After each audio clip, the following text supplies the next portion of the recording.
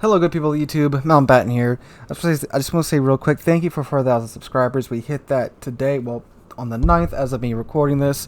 That is awesome. It wasn't that long ago that we were celebrating 3,000 subscribers, and it's wow. We did it. 1,000 more subs. This is really awesome, guys. Like, I can't thank you enough for that. So, as of the poll put out yesterday, I honestly thought that I was gonna have some more time to flesh that out before we hit 4,000 subscribers, but you guys made it happen. I know we were only like 4 or 5 away, but just the way that I saw the analytics were going, it looked like it was going to take maybe about another week to get there, because YouTube's weird. Sometimes you'll get 50 subs in a day, sometimes you'll get 2 in a week. It's weird like that. But anyway, so the challenge video has won the poll. However, in second place came the What's Inside the Safe video. I have this big black safe next to my PC. It's been shown a couple times on stream. Some of you guys on stream know what's in it. Most of you guys probably have a pretty good idea of what's in it. But I just threw that up there in round 2 of voting because I've been messaged a couple of times on Discord, and they'll ask, hey, Mountbatten, what do you have in that safe of yours? And, so, I've told those people that have asked me what's inside of it. But anyway, as it should come to no surprise, I mean, I'm pretty sure most of you guys know that I am, in fact, an American. It's a gun safe, and there are guns in it. So, you can tell by the length of the video, I'm going to be talking about the types of guns that I have in there, and what they are, how they work, and a little bit more about that. And again, if you're not really that interested in guns, I would encourage you to stick around, because I do have quite a few historical firearms in that safe. And, I mean, it's just really interesting to see. At least I would think it would be for someone who has no idea about it. And I do know a good chunk of you guys are from Europe, so you guys, the laws are different over there, and you can't have to the same caliber the types of guns that we can over here as Americans.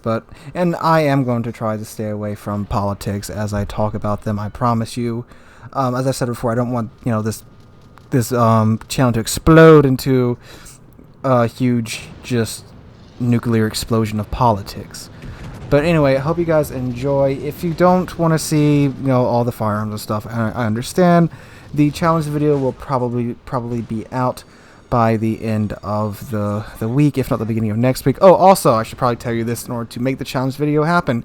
Please leave in the comments down below what type of challenge do you want me to attempt in the game. As long as it's nothing crazy like play the game for 24 hours straight, because I cannot do that because of my work schedule, I will attempt to get it done. You also need to comment what you want to see, and also like the challenge. See the most liked challenge in the comments down below will determine what I'm going to attempt.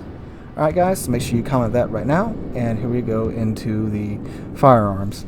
Hey guys, Real Life Mountbatten here. It's probably the first time I've recorded something actually standing up, and it feels really, really weird. Most of you guys probably already know what's in the safe, and that's, well, firearms. Those of you that don't know, I'm actually a firearms collector. I have quite a few firearms from throughout history. Some of them older than others. One of these is insanely old. Not like musket old, but probably one of the older, I would say early 1900s, late 1800s, which is old for an amateur collector like me. But anyway, I'm going to show you guys pretty much all of them. I've left a couple out that are kind of boring, that don't really warrant being shown in a video like this. But what I'm going to do is I'm going to go through, I'm going to start out small, working my way up to the largest caliber gun that I own, and I'm going to explain to you guys a little bit about it. Now, this video is probably already getting demonetized just for there being guns in it. There aren't guns in the title. Guns, firearms aren't appearing in the title, but it's certainly going to appear in the tag, so it's probably going to instantly demonetize. And for a small channel like me, every video that gets demonetized hurts a lot. But anyway, this is for you guys, so I don't care about that anyway. So I'm going to start out small, work my way up to the largest caliber I have. All these firearms have been cleared. I've cleared them, I've checked them, but I will work the action so you guys can see that I'm not waving around a loaded gun in my house. That's stupid. You should never do that. But anyway, let's go ahead and start out with the smallest gun that I own, and that is this Charter Arms 38 Special. Now this wasn't there. Its cylinder is completely empty. You can see, I'm not, this is just a camera, so I'm not pointing the barrel at a live person. This is what's called a Saturday Night Special. If you watch old detective movies, this is the gun that the detective or the good guy, whatever, they'll usually whip it out and they'll be like, no, aha, whatever. This is that gun. It's small enough to conceal in a pocket. This is actually the pocket holster right here. You put it in like so. And again, this one's really, really old. This is from, well, I mean, not really old, but this is from the 70s. So you put it in like that. There's a clip right here. You stick it on the inside of your pocket, and you just, if you need it, you grab it, and there you go. You have 5 shots of 38 Special. This pistol is double action. So again, this gun is empty. So you pull the trigger, hammer cocks itself back, and releases. So you can squeeze off 5 shots fairly fast, just at like, again, it's empty, no one else is home, it's being pointed in a direction where there's a cow field next to my house. So really easily concealed little pistol here. I don't use this. I do have my concealed carry license in the state that I live in. Some of you on Discord know that already. But this was actually my mom's carry pistol back in the day. My mom used to be a pharmacist. She used to work at the local hospital. She would get called there at 2, 3 o'clock in the morning. And a single woman, being called up to the hospital at 2, 3 o'clock in the morning, she's had to pull this on a couple of people. Never had to shoot it though, thank God. But anyway, the round that this shoots is 38 Special. It's has a bit more powder than a normal 38 round. And by the way, so those of you guys that aren't familiar with firearms knows, this is the actual bullet, this little bit up here. This is the casing, this is the primer in the back. You hit this with the firing pin, which is either pushed forward by the hammer or the striker. If it's a striker firearm, this sparks, it knocks the gunpowder inside, bullet leaves the barrel. Now a gun with a barrel like this, it's not going to this bullet isn't going to have a huge velocity leaving that barrel, but because there's so much powder in it, it's better than just a normal 38, so it does pack a bit more punch than if a normal 38 was fired out through this this gun. And certainly the longer the barrel, the better. This is like a little, I don't know, like 1.5 inch barrel, so not the best barrel, but for concealment and up close and personal encounters, pretty good gun. It's a revolver, so it's also pretty reliable. Alright, so that is the smallest gun that I own. So next up is actually the first pistol I bought when I turned 21, and that is the legendary 1911. This is a Remington 1911 R1. Again, empty. Does have a magazine in it. That's why the slide has locked back. And there you go. It's empty. So, 1911, the legendary gun from, again, empty magazine, from World War I and World War II. Fires 45 ACP, 7 rounds in the standard magazine. Although I did carry this pistol for a while after I got my concealed carry license, and I did get an extended 8-round magazine, which gave me 8 rounds in the mag. This is a 7-round mag. 8 rounds in the mag, 1 in the chamber for 9 rounds of 45 ACP. It's a fair amount of firepower. So, hammer fired pistol out. This 1911, I was actually surprised when I got this 1911 at how many safeties this gun actually has. Of course, this is a modern gun, so it's got modern internal bits, to where it's not like an original 1911 to where you could drop it a certain way and it would go off. Can't happen with this gun. It's a hammer fire gun, hammer here. There's actually a beaver tail safety right here, which means if your hand isn't on this and you pull this trigger, the hammer will not drop and the gun will not go off. For example, gun is off safety, manual safety right here. It won't go off. Put my hammer there, squeeze the trigger, hammer goes off. This is a single action pistol, which means I pull like with the revolver. If you remember correctly, I was pulling the trigger and the hammer was cocking itself back. This will not happen with this gun. You have to manually cock the hammer, which you do by racking around into the chamber. Let me show that to you guys. So hammer's closed, rack around. Hammer's closed. Hammer's down. Rack around. Hammer goes back. Pull the trigger. Hammer goes off. You know, if there's a round in here, hammer slide go back. Cock the hammer again, so forth and so on. Continue until you are empty. So the 1911. Love to shoot this gun. Really, really sweet shooting gun. One of the best filling guns in your hand. Yes, anyone that's held a 1911 before, it's a really, really comfortable gun to handle. It's got great weight and balance to it, especially when loaded. So the 1911 fires 45 ACP. This is 45 ACP. It's a short, stubby round, but it is a big old bullet. 45 refers to the diameter of the bullet, so this is 0.45 inches in diameter. That's why the barrel down here is so big, because this is a big old bullet. Slow round, heavy round, great round to shoot, great round for self-defense. Just really, really sweet shooting gun. Love to shoot it. And also, this is a Remington, and those of you gun guys out there, you may be thinking, Remington makes pistols, and they have in the past, not a lot, but they made this one in 2011 for the 100th anniversary of the 1911 pistol itself. Remington made these during World War II, because of course a gun manufacturer is going to be making the standard military sidearm during World War II. So they made it again. This is just like the original World War II 1911. It's like these sights are a bit higher profile. The ones on the 1911s used during World War I, the sights were really low profile. You couldn't get a good sight picture with, but there they are. You see they got those white dots on it, and that's ideally where you want to shoot. You want to put the front sight post in between the two rear sight post, and so forth and so on. Alright, so second pistol I have, again, empty magazine, just putting it back in so I don't lose it. Third pistol I have, which is my current carry pistol, is a bit, you'll see. This is the FN57. Some of you right now, some of you gun guys are going, how the hell do you afford this gun on a teacher's salary? Well, the answer is I saved up for several years to get this pistol. So this is an FN57, the most modern gun I own, and probably the craziest firearm I own, actually. So, and again, magazine is empty. Gun is empty. Chamber, I'm trying to get you to see it the barrel, but you get the point. The gun's empty. So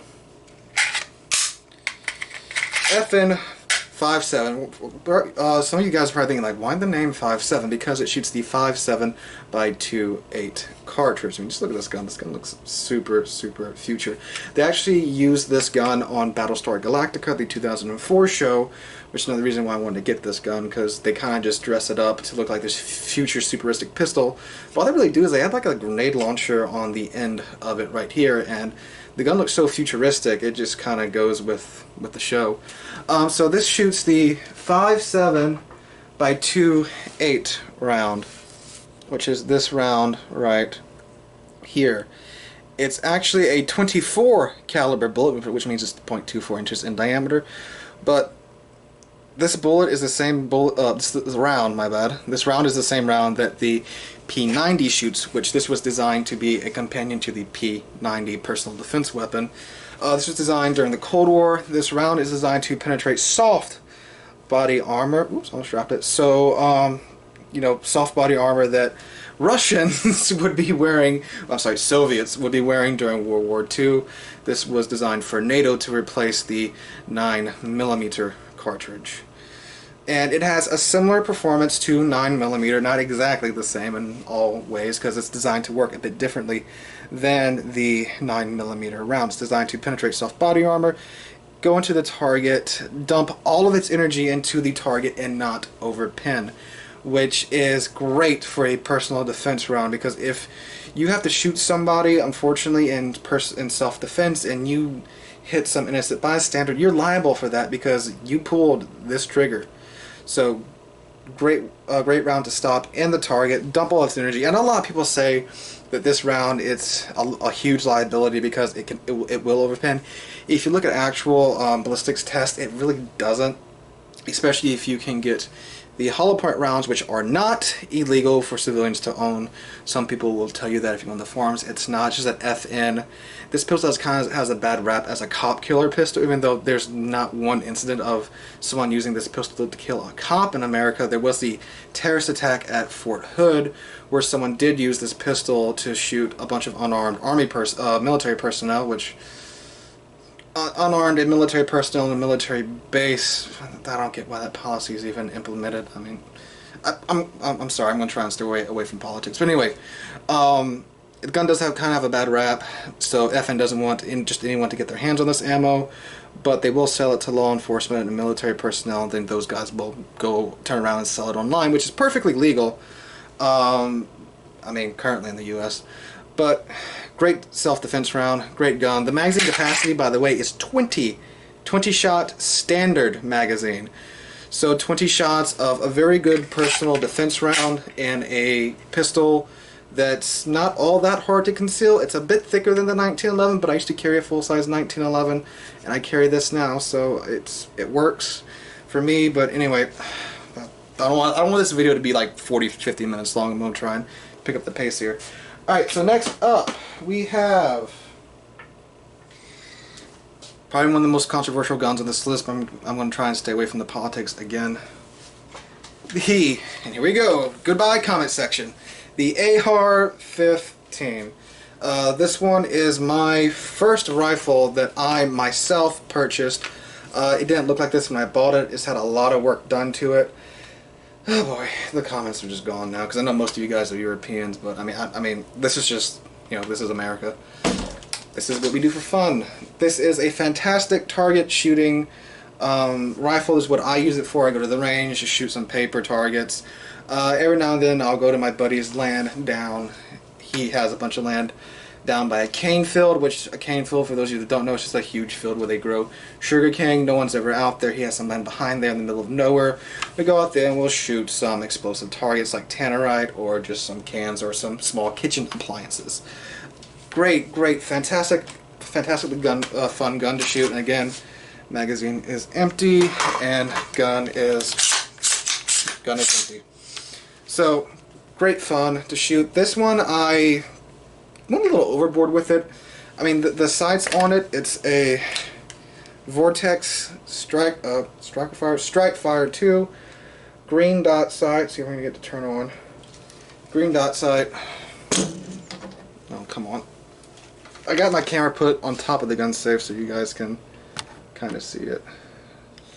Come on. There you go, that green dot. I think that's about best as I can get it. Great little sight. Fantastic fun to shoot. Let me turn that off before I drain my battery too much. So this gun shoots 5.56, which is... Ow, I do have a flashlight on there too, just for kicks and giggles. This is the 5.56 round. It's basically like a roided up 22, which, I mean, it pretty much is, but I mean, God, this has so much more powder in it than a normal 22 long rifle. Good personal defense round, because just like the 5.7, this round is designed to go into a body, dump all of its energy, and not go any further. But I mean, this is a full metal jacket round, so this one will go further. I don't have any hollow point, which is self-defense rounds, for the AR, because I mean, I live in a house with my family, and having full metal jacket 5.56 rounds flying around everywhere isn't the best thing to do. So I just use the pistols. I know some people say, you know, you should use your pistols to get to your long rifles, but I mean, yeah, 20 rounds of 5.7 will stop somebody. But anyway, this is what I use to go just target shoot and shoot small kitchen appliances. Great fun round. The magazine for the AR, it's 30 rounds standard capacity. You can get these in 40, 50, and 100 round magazines. I don't have any of those because I mean, it takes forever to load one of these, and I can imagine how long it takes to load a 100 round magazine. And plus, I can't really afford to go just dump 100 rounds of 5.56 every time I go out shooting, which is fairly often. Now I do actually have two of these rifles, but let me finish showing you the first one and tell you the story behind it.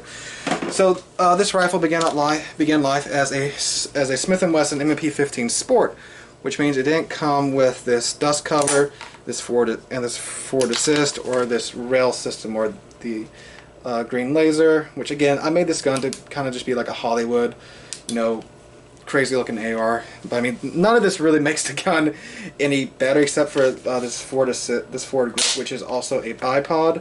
Which, I mean, that's pretty cool to use at the range. Well, anyway, began life as an entry-level AR. I did some work on it with this upper. And by the way, ARs are divided into uppers and lowers. This right here is how you take an AR apart. So, upper receiver, lower receiver. This is the part that the government considers to be the actual gun. Down here, the lower receiver. So, if you go to buy, build an AR like I did, which is the next one I'm going to show you right here. Let's put that one down. Don't fall over. I built this AR-15. Excuse the cheap little dingy strap. I just got this at I think at Walmart for like $1, and I just put it on here just to put it on. Again, magazine is not loaded, nor is the rifle. So this AR, I built this one, and by built, I don't mean like I forged it from steel. I just mean I bought the parts and put it together. So this one's actually really tight because I spent a good amount of money on this one. So you take it apart, you take out the pins. This is what the government considers to be the actual gun. This is just a bunch of metal. So when I went to buy this piece, I had to go through a background check for that. And then just bought the parts kit, put it all together when I got home, and whoops. And AR-15.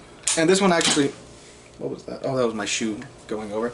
This one actually shoots pretty dang good. Like I said, I did spend a fair amount of money buying this one. I went cheap on the lower receiver because this doesn't really matter too much in an AR. This is where all the magic works. The gas system that works the bolt, it's all up here. So this is where you really need to spend your money in your AR. This have the standard carry handle as the sights.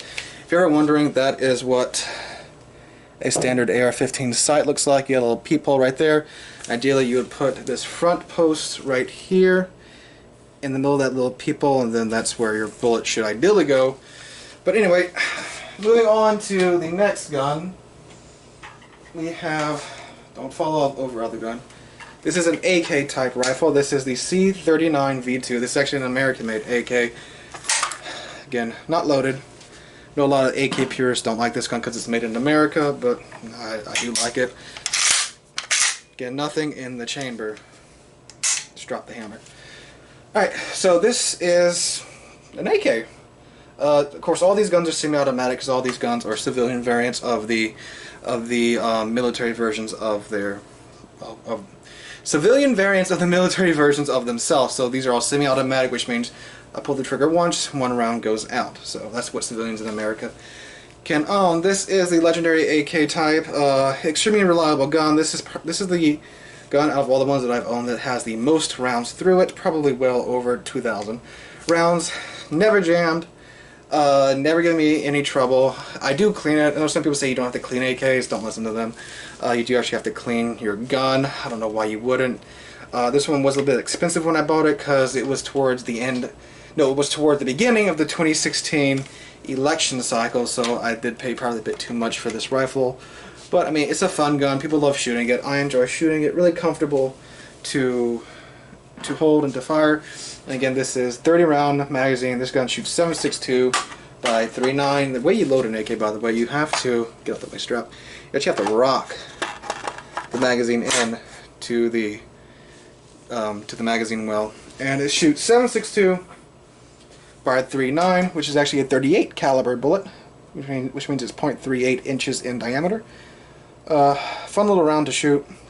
Again, this is actually a steel cased round, which means this part right here is steel and not made of brass, which means it's a bit dirtier because steel will not expand like brass does in the chamber of the gun, which means more powder gets everywhere on the inside of the chamber. Alright.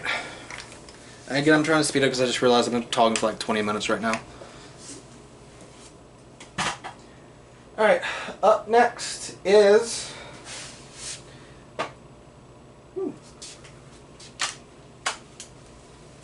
a Lee-Enfield #4 Mark I, the British rifle during World War II, except this one's actually Canadian. The Canadian Mounties actually just stopped using this rifle, I think in 2014, so a bunch of surplus Lee-Enfields hit the American market. I picked one up.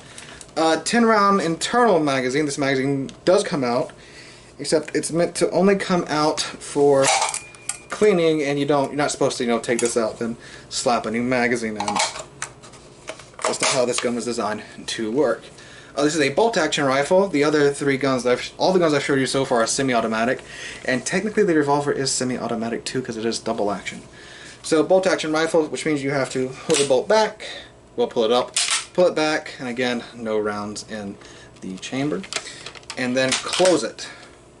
And that's, you fire, pull the trigger, again, it's empty, pointing in the direction of a cow field.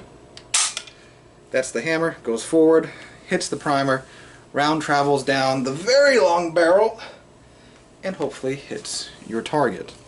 Now this one, I'm pretty sure this has been added on. I don't think the Mounties had these on them when they were using them. I think the guy that owned this before me put that on. I bought it from a guy at a gun show. It's a very heavy rifle, but a really, really sweet shooting rifle. And this is what many people consider to be the pinnacle of bolt-action rifles, because this bolt can be worked very fast. There's a way, I believe, you work the bolt with these two fingers. You keep your middle finger on the trigger, so you pull the trigger, back, pull the trigger. And if you are a well-trained British soldier, you can go much faster than I just did. So yeah. Very nice rifle, very heavy rifle, very historic rifle, even though it wasn't in World War II. This one was made in Canada, but still, this was the same thing that they used in World War II pretty much. And this fires, I'm going to put this down because this is actually pretty dang heavy. Just trying to get it to rest easy. A .303 British round. Whoops. Knocked it over. Very, very long round. This is a full-size rifle round. .303 British. Lots of powder in here. Very fast-traveling bullet. If you notice, it's got a bigger base because it is rimmed, so it improves the efficiency of the bolt, because the extractor has more bullet to bite on, has more casing to bite onto. So this part leaves. You have just this casing left over. Pull the bolt back. Flies away. Put another round in. 10-shot magazine, by the way. I don't know if I mentioned that. Alright. Next up is, oh boy, a really heavy rifle. A G3. This is actually a C308, another Century Arms gun. Now what they did was they bought there was a company in Spain that was making these. They bought the rest of the parts. They made a polymer lower receiver. So this is actually polymer, which is plastic, and they used the rest of the set-me parts to make this gun. Let me take the magazine out. Again, no rounds in the magazine. You do kind of have to rock these into like that, and take the gun off safety to work the bolt back. Now the handle is actually up here. It folds out, and you pull it back, and yeah, there it is. No rounds in the chamber. Now, what's very interesting about this gun, you may have heard of something, comes to some of you gun guys out there, may have heard of something called the HK slap, which is where you take your hand and hit that bolt handle, charging handle, travels forward, slams the round home, and into battery, and you're good to go. Again, no rounds in this gun, so let me just put the hammer down. There you go. Put it back on safety. So this fires a .308 round or a 7.62 NATO. The 7.62 that the AK fires is 7.62 by 3.9.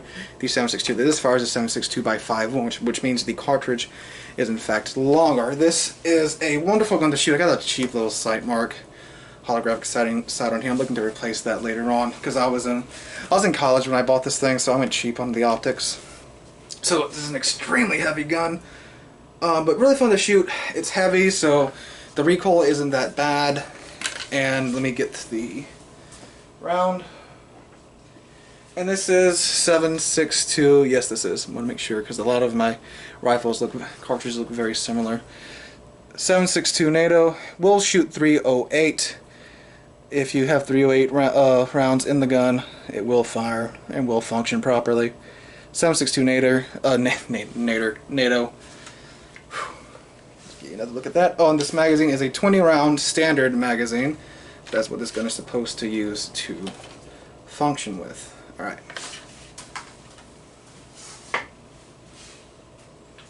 Now I have to walk to the other side of my room to grab the guns because I had to line them up all along my table.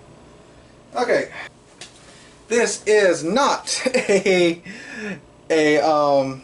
model 18. What is it called? Model 1887. This is not a model 1887. Not 1887. Winchester model 1887 or 1886, whatever. It's not that gun. This is a Marlin 336C.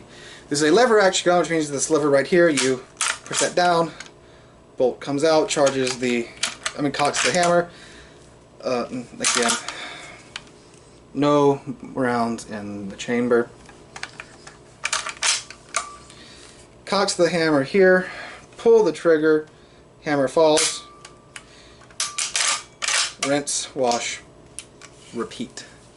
So this is a Marlin 336, which works pretty much the same way as a Winchester model 1887. I do believe it's 1887 or I don't know my lever guns that well. So this is actually my uncle's hunting rifle that he sold to me. Actually, a pretty fun gun to shoot. It fires a bit of an oddball round. Most of you gun guys probably think that it shoots 30-30. It does not. It shoots 35 Remington, which is this round right here. 35 caliber round, so it's 0.35 inches in diameter. Very fat round, not that much recoil surprisingly, even though this gun is really light.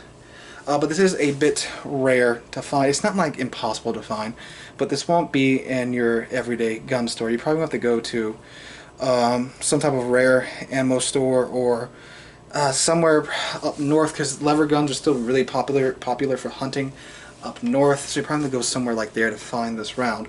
But really fun round. This gun holds 7 in an internal magazine tube, which is right here. You load the round into this loading gate right here. Ow, ow. Got my finger pinched right there.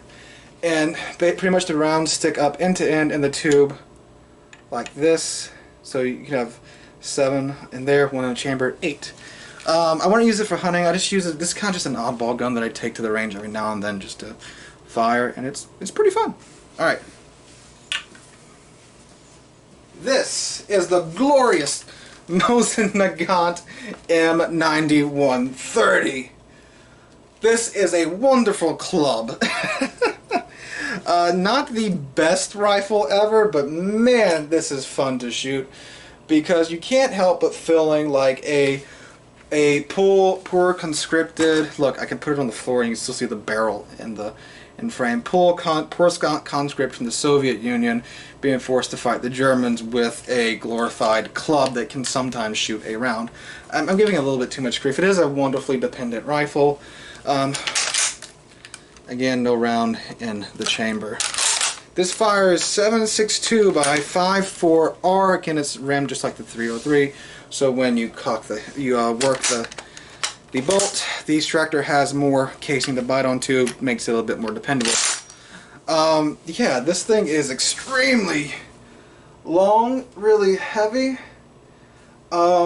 Still good fun. Extremely cheap. I got this gun for like $150. $150 for a bolt action rifle that is of decent quality. That's not that bad of a deal in my eyes. The first gun I ever shot.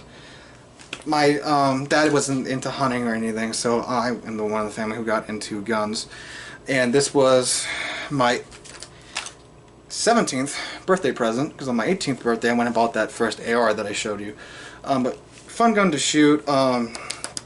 Pretty heavy though. Great club. Oh, and it shoots, let me show you the round. And you can get this round in military surplus all day. 7.62 by 5.4 R, so a 38 caliber round. And again, you see it's flared there toward the end where the extractor can bite onto that pretty easily. Great gun. Great gun. Pretty fun round. Really cheap round. Uh, it holds 5 rounds in an internal magazine. And it's like less than a nickel for each magazine you blow through at the range. So if you just want a bolt action rifle to go shoot, practice your shooting skills like I did, great choice. And the recoil isn't that bad. I know it looks like a big round, but the gun's so freaking heavy, it absorbs most of it. Your shoulder is going to hurt for a bit after, but I mean, hey, it should anyway if you have a fun time at the range. Okay.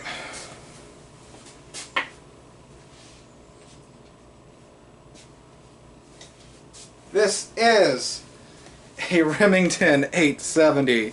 This is a very long barreled shotgun because this is a pump action shotgun. That this variation of the 870 is called the Wingmaster. This was designed for duck hunting, so I bought this shotgun again from my uncle when he was moving. So pump action, again, nothing in the chamber. It can hold, once I took the plug out, because these shotguns come with a plug that limit their tube to 3 shots, because that's what you can use for duck hunting. But you can take it out, which I did, and you can fit 5 in the tube, 6 in the tube, 1 in the chamber for 7 rounds of 12 gauge shotgun. Pretty good capacity there, lots of firepower. It does have this cushion right here to help with the recoil, because shotguns have a lot of recoil because, oh my lord, I gotta again, cow failed, no one lives next to me, because of the powder used to propel the shot down the barrel. Now the barrel is so big because shotguns fire a bunch of BBs at the same time. Depending upon the load, it's anywhere from 6, 8, 12 BBs. It can be a bunch if it's birdshot. Let me just lower the hammer again, turn the safety off, pointing the gun in the air, safe direction. Hammer has dropped. Alright, so this is, I mean, I'm sure most people know what this is. This is what a shotgun shell looks like. This is a full brass shotgun shell. You'll see a low brass where this brass part right here, which is where the powder is at, is actually a bit lower because there's less powder in the shell. You might be able to see the shot in there. I don't know. Yeah, I think you can a little bit. Alright, so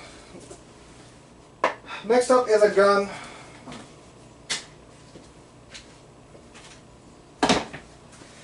Now this next gun actually does have a bit of history to it. So this right here is a Remington 1100. It is a semi-automatic 12 gauge shotgun. Again, nothing in, oh yeah, it's going to lock back, I forgot about that. Nothing in the chamber. Forgot how do you release the, oh yeah, you do this. Nope, that's not how you do that. Oh yeah. The bolt releases down here because when you put a shell in, it's going to take that one straight into the chamber and then you load it up again. This is actually my dad's shotgun, but I did buy it. So this is, let me drop the hammer because I don't like leaving my hammers cocked. There we go. Alright, so this is my dad's shotgun. Now, it's my dad's, but like I said earlier, like 5 seconds ago, I did buy it for him. So he had one of these when he was young. He and his dad went hunting with it.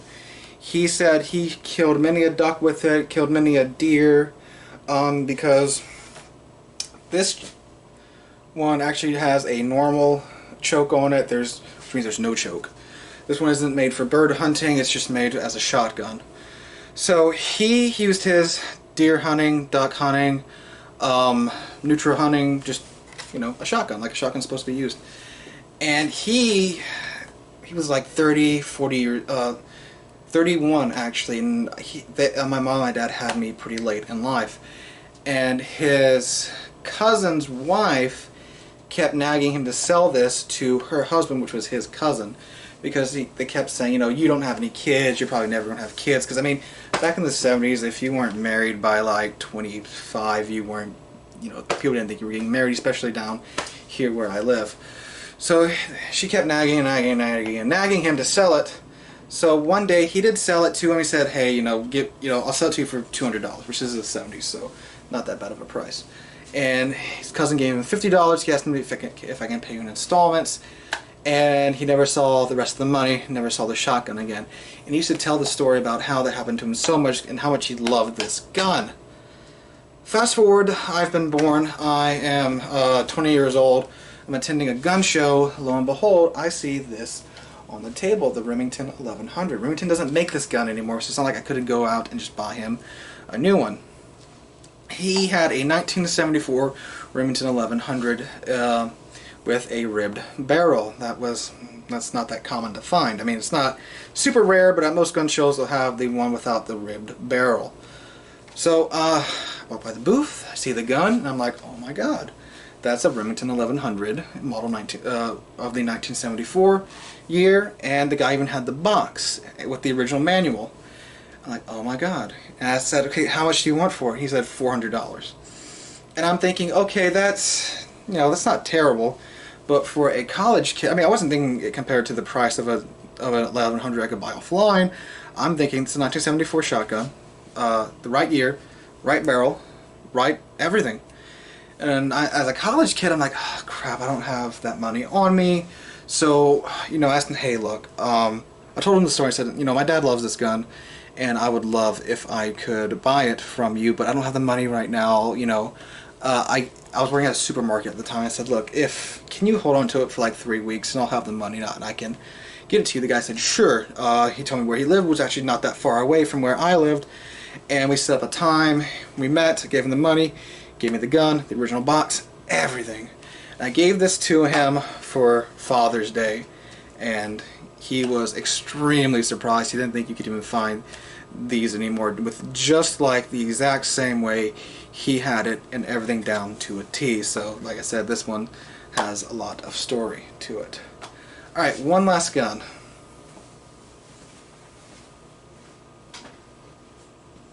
This is the oldest gun I have. This is a double barrel 410 shotgun. This has been in my family for quite some time.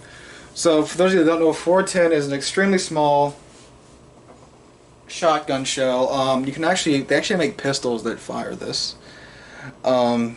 Extremely small shell, just like a varmint round, meant for small annoyances. So my dad, his dad, my dad's dad have all used this gun for squirrel hunting, small bird hunting, just whatever small creature needed to die, rabbit hunting. It's a crack barrel. This means you pull this lever right here, the barrels rotate up, you put the shells in, and then you close it. And these are actually pretty rare. 410 side-by-side crack barrels, you don't see a lot of these. You really don't. This is actually from, we brought it to Cabela's because they can kind of tell you the history of your gun. They have a lot of reference manuals and stuff. And the guy said it's roughly from 1890, early 1900s. It was made by a company called Crescent City Firearms, which is actually a hardware store that just got their guns made by a gun manufacturer, and they just stamped it Crescent City Firearms. So it's just a hardware store 410 double barrel shotgun. Very typical of early 1900s Louisiana. It's called Crescent City because New Orleans is called Crescent City, so it came from around New Orleans. So has a lot of history in my family. Has two triggers down here. Pull one trigger, one barrel fires. Pull the other trigger. Uh-oh.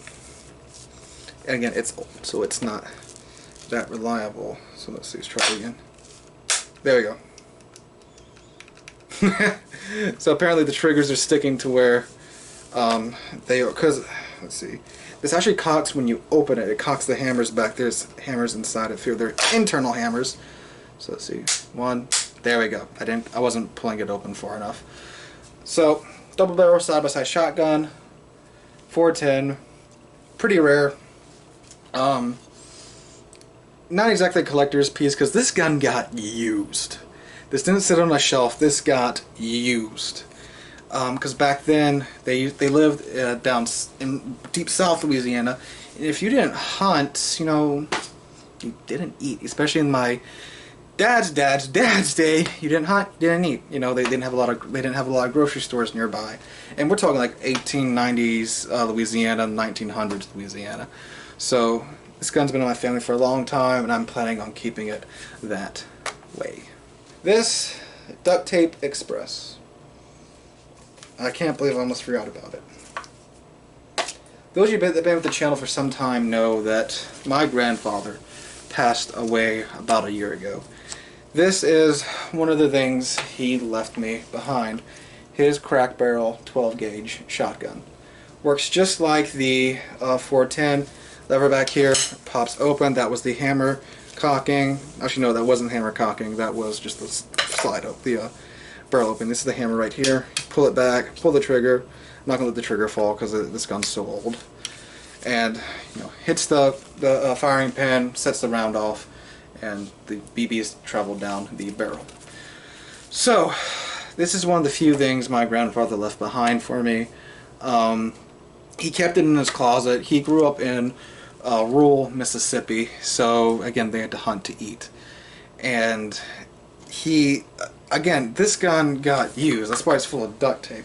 He had it full of electric tape, but I went ahead and added more duct tape to it because it was a bit stronger. And I mean, I remember going over to his house, seeing this gun all the time, thinking, man, it's just full of tape. And well, he gave it to me shortly before he passed, so I'm not going to restore it or anything because you can't find the parts for this online. I'm going to keep it in the state that he had it in order to remember him, And again, you can hear it creaking a little bit. I love it so much. I don't fire it because, I mean, look at this thing. I don't fire it. I just keep it sitting in here just to keep it safe. And I mean, I don't think anyone would actually steal this gun, but we'll keep it in the safe just in case. Alright guys, so now that's it. That's it for all of my interesting guns. I have like a 20 gauge shotgun, but I mean, you've seen the 12 gauge shotgun. It's exactly the same model, just shrunken down a little bit. So that was part one. And for those of you that don't like guns, I hope you can at least appreciate some of the history of these guns and some of the engineering behind these guns. I know we don't all agree on guns and all that jazz. Again, I'm not going to get too political, but I mean, hope that you can at least appreciate what they are, the history behind them, and just how interesting they are. So anyway, guys, this was part one for the 4,000 subscriber special. Part two, the challenge video. Again, make sure to leave a comment with a challenge for me to do in World of Warships down below. The most liked challenge will be the one that I attempt to do.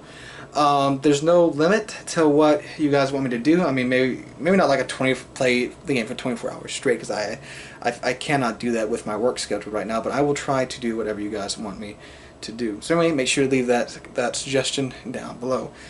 Alright guys, hope you enjoyed the video, and I hope to catch you guys in the next one.